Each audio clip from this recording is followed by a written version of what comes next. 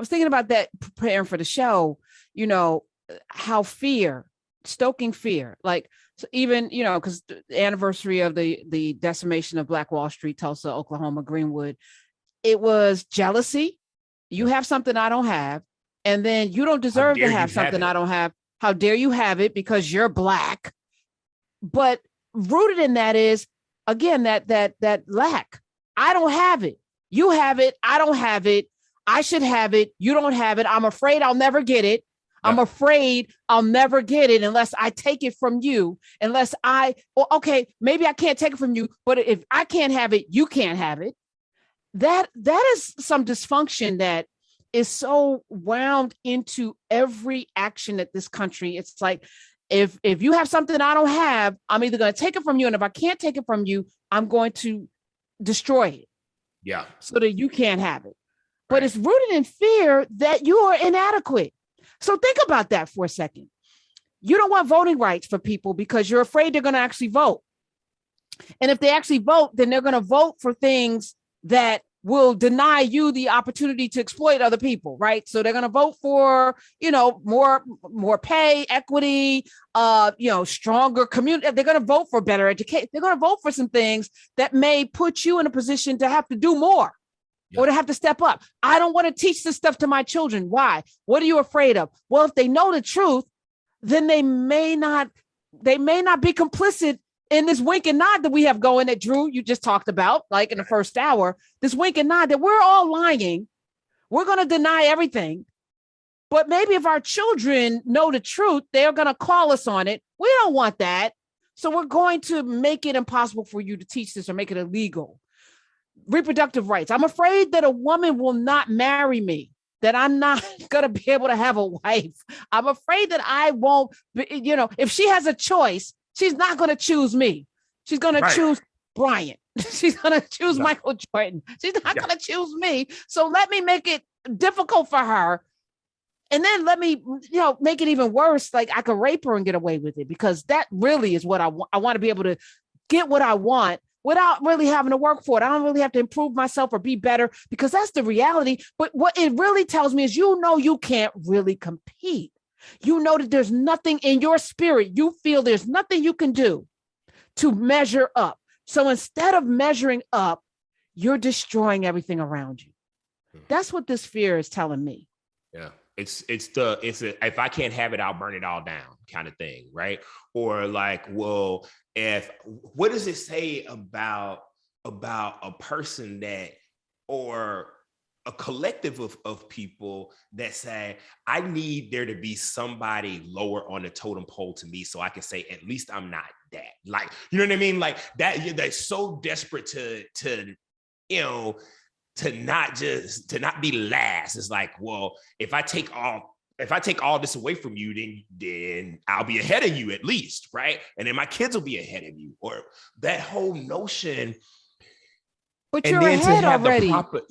But you're already ahead. You're already winning. But here's the funny thing. I mean, this is biblical too, right? So the very thing that you're afraid of happening is actually, so they call it the law of attraction, whatever. But the very thing that you're afraid of happening is actually going to absolutely happen, right? The thing that you put your energies on. So they're focused on keeping us in our place, because that's what it is. I got to keep you in your place. Can't be uppity. If it's the corporate, the reason why I need you to come back into the office so I can put you in your place. It has nothing to do with productivity or office. I want to put you in your place because my rightful position is to lord over you, because that's what I'm telling my children. And I don't want them to walk into the world and it not be, because it's been this way for generations. So we got to keep this going. You need to be overseen. Right? Yes. Like, what is that? What does that say? It's like, oh, well, I need to be able to put my finger on you, literally, figuratively, the whole 9 yards. I'll suffer coming in just so I can make sure that you are where you're supposed to be, right? Like, even though it's more work for me to do that, I will do that, right? It's crazy to me that, like, there's so many people that are thinking that, or that are trying that, or that's what they need to do, right? I used to always say, it's like, when every people would say that, oh, we got to take our country back, I was like, from who? If y'all ain't got it, I don't know who got it, right? If white men and their wives and children do not have America, I don't know who got it. Because I've been talking to a whole lot of Black folks, and Black folks ain't got y'all's America. Like, I don't know where y'all think y'all left it or what happened to it, and I know y'all keep talking about these immigrants, but I know a lot of immigrants. I know some successful Hispanic folks, and I know some just regular Hispanic folks. I know people who look at success in different ways. And I'm just telling you, I don't know all the Hispanic people, but the Hispanic folks ain't got it either, right? Like, I'm trying to figure out who y'all think took it from y'all, and where you think you're gonna pick it up and get it back from, right? Because I don't know what y'all scared of. White America, you know what this these conservative spaces. Like, I don't know what y'all scared of. We ain't got it. We built all of this, so much of it. But I'm telling you right now, the little bit that we have, we are doing yeoman's work to get it and to keep it. We are doing yeoman work to get it and keep it. We ain't got to Malia Cohen's point, we talk about generational wealth is built through real estate. Yeah. 70% of white folk own their homes. That number is about 30% Black people. Like that, the disparity, the wealth gap is like, so where, like, to your point, Drew, even that, to have somebody that's running for controller so that she can make sure that people know Big Mama's house doesn't have to, and the running away. Listen, I was just talking to my buddy Kareem today, and I was like, millions of dollars are nice. When you build something to go sell it, because that's the American dream, to sell your thing for millions of dollars. But I said, what's nicer? Building something, not needing millions of dollars and having it for 3,000 years. Yeah. What's even better is building something that'll be around for 3,000 years because you built it and you don't need the millions of dollars right now because you have enough.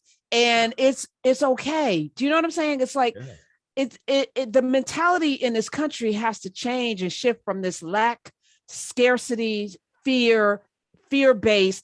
And if you're somebody that is right now afraid that somebody's taking your thing, please have a meeting with a counselor or a therapist, because that's something that is internal, that is actually keeping you away from living your best life. Yeah. Period. I mean, and Karen, it's so interesting you said about the conversation that you had with Kareem, and I miss those after the show conversations that we all used to have live and in person. But I'm an advisor to Culture Genesis, and Culture Genesis is doing incredibly well. We just signed a deal with Beverly Bond. We're taking over the distribution for Black Girls Rock, all of those things, and we have all of our advisory meetings, our quarterly meetings, even our monthly meetings. We almost never talk about a liquidity event. We're building to maintain ownership in perpetuity, right? Like, we're not building it to sell, and when you don't build it to sell, you can make very different decisions, and you can broker very different sorts of deals with people who look like you, who are playing the long game as well, with people who have your same vision for these things. And I feel like that a lot of what we're able to accomplish and do is largely because we're not trying to sell it to the highest bidder in 2 years, or we don't have a 2-year liquidity arc, or even a 5-year liquidity arc, right? It's totally different when you move like that, and you get a different kind of partner too. And people respect the hustle a little bit differently too, when you say that, like, we intend to remain Black owned. And people are like, but we say that with our full chest, that we intend to remain Black owned, right? For that reason specifically. I said about narrative in Nubia, like, this is not a business. I'm not, because there are ways in which you can do things with the numbers, and you can use, all of these different things. And it's just, but for what? To give it to somebody to do what? To do what with it? What do you even know what to do with this, other than destroy it because you don't understand it anyway, and all you see are Black people and a way to commodify it the way you just did with Juneteenth? You already showed us what you will do with something as sacred as a Juneteenth celebration, you're going to turn around and turn it into the same thing you do with every single sacred holiday and celebration. Yeah, no, we're good. We have enough.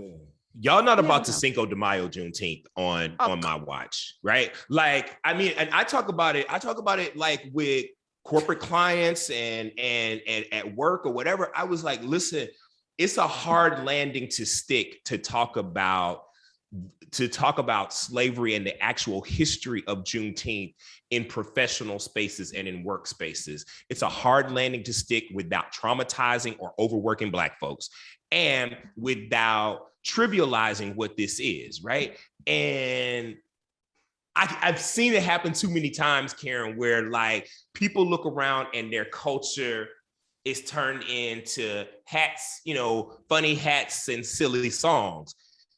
That can't happen. No, I think we should snatch back Juneteenth. I don't know. And I'm going to say this, Vice President Harris, I'm going to put this on you because you had the ear of the president. This was something you didn't need to do. This was not the gift that Black people needed. We needed voting rights and police reform. That's what we needed. We didn't need to make Juneteenth a federal holiday. That wasn't a crumb. That wasn't a gift. That was not anything that you did for us. That was something you did to get during the George Floyd summer and beyond to get the heat off of the nation. But the heat needs to be on the nation. We need to turn the heat up because the heat is purifying.